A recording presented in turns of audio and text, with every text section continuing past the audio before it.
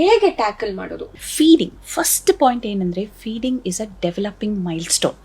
ಈಗ ಕತ್ತು ನಿಂತಿಲ್ಲ ಅಂದ್ರೆ ನಮ್ಗೆ ಎಷ್ಟು ಗಾಬರಿ ಆಗುತ್ತೆ.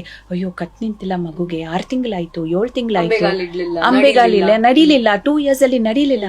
So we are not allowing that developmental milestone to develop. ಈಗ ಟಿವಿ ಮುಂದೆ ಇಲ್ಲಾದ್ರೆ ಮೊಬೈಲ್ ಮುಂದೆ ಕೂತ್ಕೊಂಡು ಊಟ ಮಾಡಿದ್ರೆ ಏನಾಗುತ್ತೆ ಅಂದ್ರೆ, ಮಗುಗೆ ಆ ಊಟದ ಬಗ್ಗೆ ಏನೂ ಗಮನ ಇಲ್ಲ.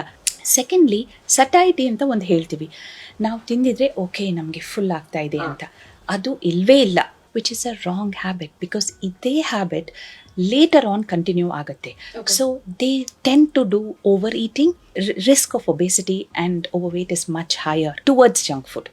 ಮೂರನೇದೇನೆಂದರೆ, ನಾವು ಟಿ ವಿ ಮೊಬೈಲ್ ಎಲ್ಲ ನೋಡುವಾಗ ಮೇನ್ಲಿ ನಾವೇನು ನೋಡ್ತೀವಿ, 30% of the time we are seeing what. ಯಾವುದೇ ಸೀರಿಯಲ್ ಹಾಕಿ, ಎಕ್ಸಾಕ್ಟ್ಲಿ, ಯಾವುದೇ ಅಡ್ವರ್ಟೈಸ್ಮೆಂಟ್ ನೀವು ನೋಡಿದ್ದೀರಾ, ನೀವು ಫ್ರೂಟ್ಸ್ ಆ್ಯಂಡ್ ವೆಜಿಟೇಬಲ್ಸ್ ತಿನ್ನಬೇಕು,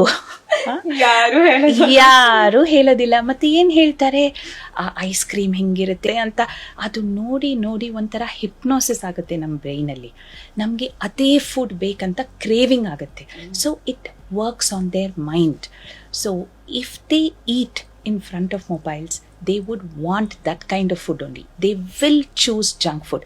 Idu naan helo maatalla. This is all scientific research proven. Happiest Health Kannada YouTube channel nalli ಪೂರ್ತಿ ಎಪಿಸೋಡ್ ನೋಡಿ.